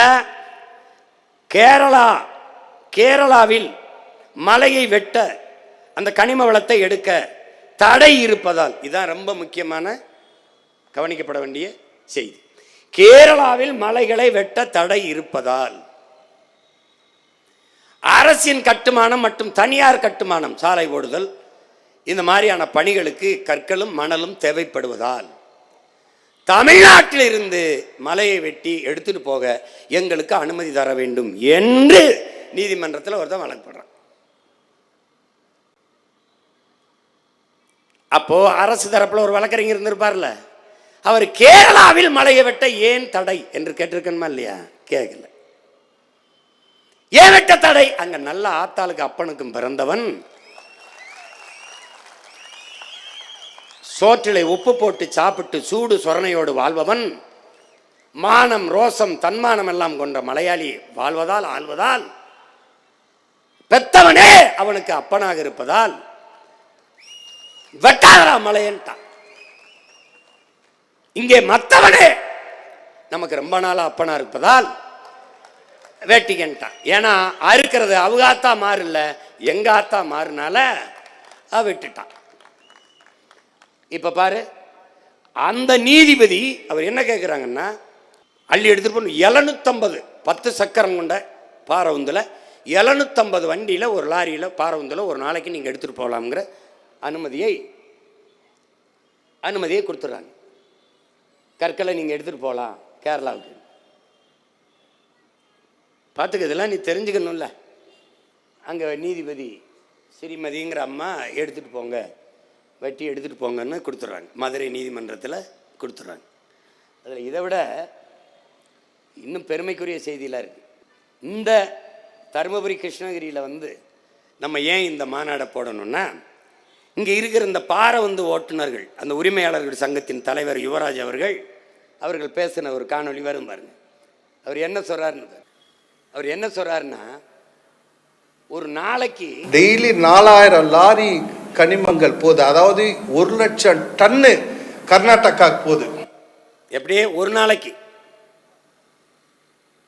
ஒரு நாளைக்கு கர்நாடகாவில் மழை இருக்கா? இருக்கு. அதையா வெட்டல? அதே கதை தான்.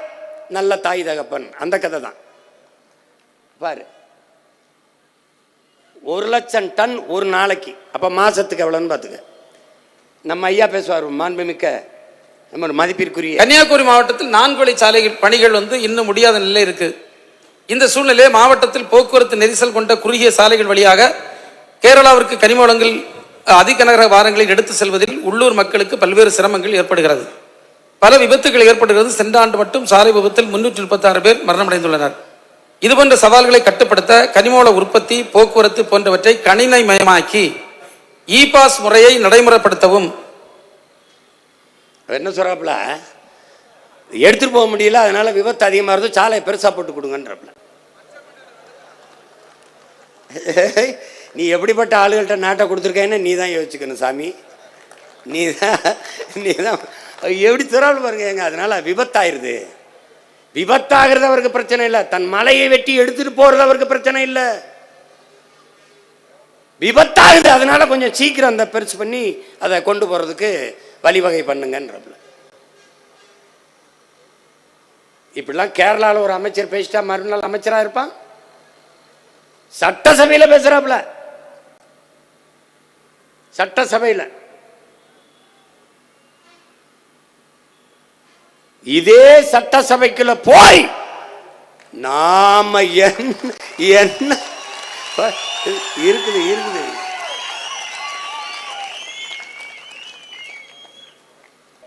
இப்ப குன்றிருக்கும் இடமெல்லாம் குமரன் இருக்கிற இடம் என்று நாம் வழிபடுறோம். நம்ம சொல்றது என்ன?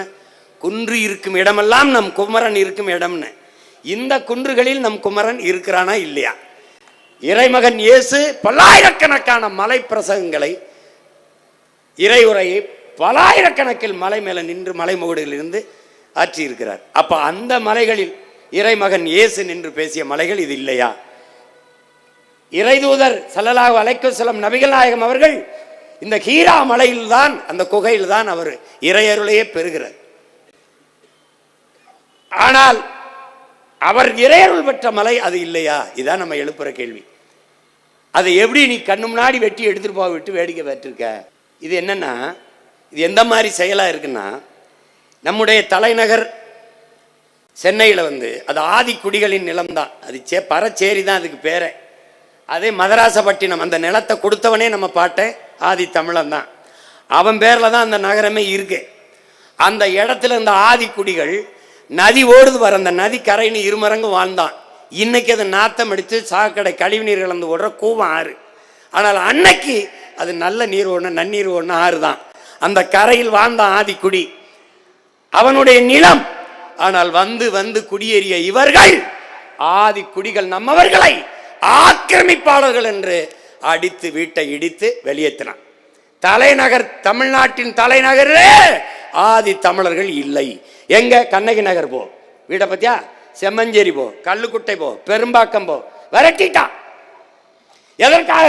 கட்டிக்காம்பார் பின்னாடி பெரும் முதலாளிகள் காசா கிராண்டு பாய அது என்ன அப்பாசாமி இல்லை அவன் ஒருத்தர் இருக்கான் பாசியம், அவன் இவன் அவன் பெரிய அடுக்கம் கட்டும்போது நாங்கள் சின்னதாக குடிசை போட்டு வாழ்றது அவனுக்கு கேவலமாக இருக்கு. இதெல்லாம் அசிங்கமா அப்புறப்படுத்திட்டான். அதுக்கு வச்ச பேர் ஆக்கிரமிப்பு. அதை போலவே பழங்குடி மக்கள் இந்த போறாம்பார், இவன் தான் இந்த காட்டின் பூர்வீக குடி, இவன் தான் நம்ம ஆதி தாய் குடி, அவன் தான். அந்த குடிகள் தான் வனங்களின் காடுகளின் பாதுகாவலர்கள். அவன் தேனாடை உண்டுகிட்டு கிழங்கு இதில் சாப்பிட்டுக்கிட்டு அவன் பாட்டு காடை பாதுகாத்துருந்தான். உனக்கு இங்கிருந்து பார்க்கும்போது அது காடு, அவனுக்கு அது வீடு. அவனை வெளியேற்றினால்தான் அந்த வளங்களை வேட்டையாட முடியும் என்பதாலேயே பழங்குடி மக்கள் எவன் அந்த வனத்தை பாதுகாத்து இருக்கிறானோ அவனை வெளியேற்றினான். 30 ஆண்டுகளுக்கு மேலாக எவன் ஒருவன் வனத்தையும் மலையும் பாதுகாத்து நின்றானோ நம்மவன் வீரனுக்கு அப்பன் வீரப்பன் அவனை மரங்களை வெட்டி விற்கிறான் என்று திருடன் என்று பழி சுமத்தி அளித்தான். அதை போல பழங்குடி மக்களை வெளியேற்றான். வள வேட்டைக்கு இடையூறார்கள். உனக்கு தெரியும் பச்சை வேட்டைன்னு கிரீன் கண்டன், உனக்கு தெரியும் தண்டகாரண்யம் நீ படிச்சிருப்ப. தண்டகாரண்யம் இன்னைக்கு அந்த இடத்துல 200 லட்சம் கோடிக்கு கனிம வளங்கள் அந்த மலைகளில் இருக்குன்ட்டு அந்த காடுகளை வெட்டி அழித்தால்தான் அந்த மலைகள் இருக்கிற வளங்களை எடுக்க முடியும். அந்நிய முதலாளிகளுக்கு ஒப்பந்தம் போட்டு கொடுத்துட்டான். இப்ப அந்த காடுகளை அழிக்க போகிற போது அங்க வாழ்ந்த புறகுடி மக்கள் பழங்குடிகள் இது என்னுடைய வீடு தொடக்கூடாது என்று போராட ஆரம்பிச்சான். அவன் தான் இன்னைக்கு மாவோயிஸ்ட் என்று பழிய சுமந்து நிற்கிறான். அதுபோலதான் இந்த ஆதி குடிகள் காடுகளிலிருந்து அப்புறப்படுத்தப்படுவது. அந்த பழங்குடி மக்களுக்கு இன்னும் குடி சான்றிதழ் இல்லை, சாதி சான்றிதழ் இல்லை. திருவண்ணாமலையில் வாழ்ந்த 3000க்கும் மேற்பட்ட நம்ம ஆதி குடிகள் குறவர் குடிகளுக்கு உங்கள் உடன் பிறந்தவன் உங்கள் மகன் வந்து நின்று போராடி, இந்த எங்க அண்ணன் கேப்டன் துறை இருக்கார், நாங்க நின்று போராடி 3000 பேருக்கு குடி சான்றிதழ் வாங்கி கொடுத்தோம். எஸ்சி எஸ்டிங்கிறான். எஸ்டிக்கு இருக்கிற அந்த இடப்பகிர்வை அவன் பெற முடியாது. குடும்ப அட்டைக்கு 5 கிலோ அரிசி, ஆனால் குடும்ப அட்டை இருந்தால் தான் வாங்க முடியும். அவனுக்கு குடி சான்றிதழே இல்லாத போது எப்படி போய் அவன் அந்த உரிமையை பெற முடியும்? அப்ப எவ்வளவு தூரம் நம்மளை நசுக்கி ஒடுக்கிய அடக்கி வச்சிருக்கான்னு பார்த்துக்க. அவன் இருக்கிற வரை இந்த மாதிரி காடுகளை வேட்டையாட முடியாது. இந்த பழங்குடி மக்கள் தான் அதிகமாக குற்றச் செயல்களுக்கு பலியாகிறவர்கள். எப்படி? எவன் தாலி எடுத்தாலும் இவன் தான் திருநான், எவன் சாராயம் காய்ச்சலும் இவன் தான் சாராயம் காய்ச்சனான், எவன் நகையை திருநாளும் எவன் வீட்டில் பணங்கள்லாம் போனோம் இவன் தான். ஏன்னா இவனுக்கு அதிகாரம் இல்லை, அரசியல் வலிமை இல்லை, கேட்க ஒருவனும் இல்லை, தூக்கி உள்ள போட்டுவான். இந்த வர்ணிக்கிறான் பார், இதுதான் இதுக்கு ஒரே விடிவு ஒரே முடிவு தான், நமது அரசு நமது அதிகாரத்தை நிறுவுவதுதான், வேற வழியே கிடையாது. போங்க, இந்த பூமி நம்முடையது இல்லை. இப்போ இதை காட்டை ஆக்கிரமிச்சு அங்கே போய் இருக்கிற எல்லாம் இந்த மாதிரி உயர்ந்த ரெசார்ட்டுகள் விடுதிகளை கட்டி தங்க ஆரம்பித்தோடனே அவன் வீட்டுக்குள்ளே நீ போக அவன் காட்டுக்குள்ளே இருந்து வெளியில் வந்துட்டான், உன் வீட்டை நோக்கி வந்துட்டான். யானை புலி சிங்கம் கரடிலாம் தெருவுக்குள்ள புலி வந்துருச்சு, தெருவுக்குள்ள கரடி வந்துருச்சு, தெருவுக்குள்ள இருந்துச்சு. நீ அவன் தெருவுக்கு போனா அவன் உன் தெருவுக்கு போனான் வந்துட்டான். நீ அவன் வீட்டுக்குள்ள நுழைஞ்சா அவன் உன் வீட்டுக்குள்ள தண்ணி உணவை தேடி வந்துட்டான். அதான் இங்க அப்ப வறண்டு போயிருது. இப்ப பாரு, தண்ணி நீர் வறண்டுது. கொஞ்சம் இருங்க, அதுல என்ன வருதுன்னா மலைகள் இருந்து தான் நமக்கு அருவி வந்தது, ஆறு நீரெல்லாம் வந்தது. ஆனால் இப்ப என்ன ஆயிடுச்சு, அதெல்லாம் அழிச்ச பிறகு, காடெல்லாம் அழிச்ச பிறகு, காடு மலையெல்லாம் வறண்ட பிறகு அங்கு வாழ்கிற யானை புலி சிங்கங்கரடி மான் மைனாக்கெல்லாம் மயிலுக்கெல்லாம் நீர் இல்லை. இப்ப இந்த அரசு பெரிய அரசு இல்லை, இது என்ன செய்யுது, போய் மலை அடிவாரத்தில் தொட்டியை கட்டி தண்ணி ஊத்துது. எப்படிப்பட்ட வளர்ச்சி, எப்படிப்பட்ட மாறுதல் பாரு. எங்கிருந்து வந்ததோ எப்படி இருக்கு. என்னோட நெல்லையெல்லாம் அறுத்துக்கிட்டு போயிட்டு எனக்கு அரைமரக்கா கடன் கொடுத்த மாதிரி அவன்கிட்ட தான் நமக்கு எல்லாமே வந்தது. மலைதான் நீர் கோபுரமே. அந்த மலைகளை அழித்து விட்டு இந்தபடி தண்ணியை ஊற்றி வச்சுட்டு போறான். போவான் பாரு, என்ன நடக்கும் பாரு. இப்ப யானை குடிக்கும். தண்ணி ஊற்றி வச்சுட்டு போன பிறகு யானை இந்த தொட்டியில தண்ணியை குடிச்சிருது. குடிக்கணும் எப்படி? அது குடிக்குது, கொஞ்சம் ஆழம் போயிட்டா கூட தும்பிக்கி இருக்குது, கை வீட்டில் விட்டு குடிச்சிருது. இப்போ யானை குடிக்கிறத நீ பார்க்குற, ஏன்னா அதுக்கு தண்ணி துதிக்கை இருக்குது, நீளமாக இருக்குது. தண்ணி உள்ள தொட்டிக்குள்ளே போன பிறகு இந்த பரிதாபத்தை ஒரு தடவை நீ பாரு. இப்போ தண்ணி உள்ளே போயிடுச்சா, இப்போ இவர் குடிச்சிட்டு போயிடுவார். இவங்கெல்லாம் என்ன பண்ணுவாங்கன்னு ஒரு தடவை பாரு. இவர் அப்படியே அந்த தண்ணியை சுற்றி சுற்றி வருவாப்புல. இது எவ்வளவு வழியை தருது பாரு. இவர் யானை செத்துட்டார், அவரால் வாழ முடியல. காட்டுக்குள்ளே யானை செத்துட்டார், கடலுக்குள்ளே இவர் தான் பெரிய ஆள், வேறு திமிங்கலம், இவர் பெரிய சண்டீர், இவர் தான். இவரால் வாழ முடியல, இவரும் வந்து செத்துட்டாப்புல. இப்போ கடலில் பெரிய ஆள் திமிங்கலம் வாழ முடியல, காட்டுக்குள்ளே பெரிய ஆள் யானை, அவர் வாழ முடியல. காட்டுக்குள் யானையும் கடலுக்குள் திமிங்கலமும் வாழ முடியாத போது நாட்டுக்குள் மட்டும் மானுடா நீ எப்படி வாழ்வாய் என்ற கேள்வியை நீ எழுப்பாகணும். உன் இனத்தின் தொன்மத்தை நீ அறியணும்னா, நம்ம முன்னோர்கள் சொல்லிக்காம பாரு, இவன் பூரா வந்து மருத்துவன். உன் இனத்தின் தொன்மத்தை நீ அறியணும்னா, இன்னும் மலைகளில் எண்ணற்ற மூலிகைகள் நிறைந்து வளர்ந்து இருக்கிறது. நீ போய் தேடு. எந்த மூலிகை சாப்பிட்டால் என்ன நோய் குணமாகும்? டெங்கா நிலவேம்பு, கொரோனாவா கபசுர குடிநீர், மஞ்சக்கா மலையா கீழா நெல்லி, அப்படி கண்டு உணர்ந்திருக்கான் பாரு. அகத்திக்கிரையா அகத்துக்கு நல்லது, சீரகமா அகத்தை சீர் செய்யும் சீரகம், முருங்கைக்கிரையா இரும்பு சத்து அதிகம், பொன்னாங்கண்ணியா கண்ணுக்கு நல்லது. எல்லாத்தையும் கண்டு உணர்ந்து பகுத்து வகுத்து உன் முன்னவன் வச்சுட்டு போயிருக்கான். அதை நீ தேடி எந்த செடியை தின்றால் என்ன நோய் குணமாகும் என்று ஆராய தொடங்கினால் உன்னுடைய இனத்தின் தொன்மத்தை நீ அறிய முடியும்டாங்கிறான். அது எவ்வளவு மூத்த இனம் என்பதை நீ கண்டு உணர்வாய்ங்கிறான். அவ்வளவு மூலிகையும் தந்தது அவதான், அந்த மலைதான். அதுல இன்னைக்கு என்ன பண்றான்? இந்த இயற்கை மூலிகை மருத்துவம் இருக்கிற வரை செயற்கை மருத்துவத்துக்கு நீ அளபதி மருத்துக்கு வரமாட்டாயின்னு பார்த்தினிய செடியை உள்ள விட்டு மொத்த மூலிகையும் மறைச்சிட்டான். இப்ப மலை எங்கும் பார்த்தினிய செடி தான். உன்னுடைய மூலிகைகளை நீ கண்டு தேடி பிடிக்கவே முடியாது, அப்படி மறைச்சு விட்டான், முடிச்சு விட்டான். இருப்பா, வழக்கு என் மேல தானே, உன் மேல என்ன சொல்ல வருது? இந்த பூமி வந்து ஒண்ணுது இல்லை, உனக்கானதுல உனக்கு மட்டுமானது இல்லை. இது பல கோடிக்கணக்கான உயிர்களின் உடைமை, பல கோடிக்கணக்கான உயிர்களின் உடைமை இந்த பூமி. இப்போ நீ என்ன பண்றேன்னா, சாமியா நீ சிலையை வணங்குற, ஆழ்ந்து பாரு, அந்த சிலையை தந்ததே இந்த மலை தான். இப்போ யாரை நீ வணங்கணும்னு ஆழ்ந்து பார்த்துக்க. நீ கோயிலுக்களை வச்சு வணங்குறியே சாமி, பாரு பாரு, அந்த சாமி சிலையை தந்தது அந்த மலை தான். கோயில் நீ கோட்டை கட்டி ஆண்டவன்னு நினைக்கிற, கோட்டையே அவதான், கோட்டையே அவளால் தான், கோட்டையே அவதான். நீ கோயில் நீ வழிபடுகிற, இந்த கோயிலுக்கு காணிக்கை செலுத்தின கொடையை கொடுத்தங்கிற, கோயிலே அவ கொடுத்த கொடைதான் என்பதை நீ மறந்துடக்கூடாது. அப்படின்னா நீ யாரை வணங்கணும்னு பார்த்துக்க. பாரு கோட்டை, உன் பாட்டன் செஞ்சி கோட்டையை பாரு, அவ கொடுத்தது தான். நீ வணங்கணும்னா அப்போ யாரை வணங்கணுங்கிறது நீ புரிஞ்சுக்கணும். இந்த பூமி நமக்கானது மட்டுமல்ல, மானுடனுக்கான மட்டுமல்ல, பல கோடிக்கணக்கான உயிர்களின் உடைமை. இந்த எந்த உயிரினத்தாலும் இந்த பூமிக்கு அழிவில்லை, இந்த மலைக்கோ காடுகளுக்கோ நீருக்கோ அழிவில்லை. ஆனால் கடைசியாக பரிணாமத்தில் வந்த மனித சமூக விலங்கான இந்த மானுட பதர்களால் தான் இந்த இயற்கைக்கு பேரழிவு வருகிறது. இது மலை என்று நீ நினைக்காத, இது மலை அல்ல, இது மலை அல்ல, இது மலை அல்ல, உன் பூமி தாயின் முளை, அதை பாதுகாக்க உழை. அது இல்லை என்றால் ஏது நமக்கு மழை? நன்றி, வணக்கம்.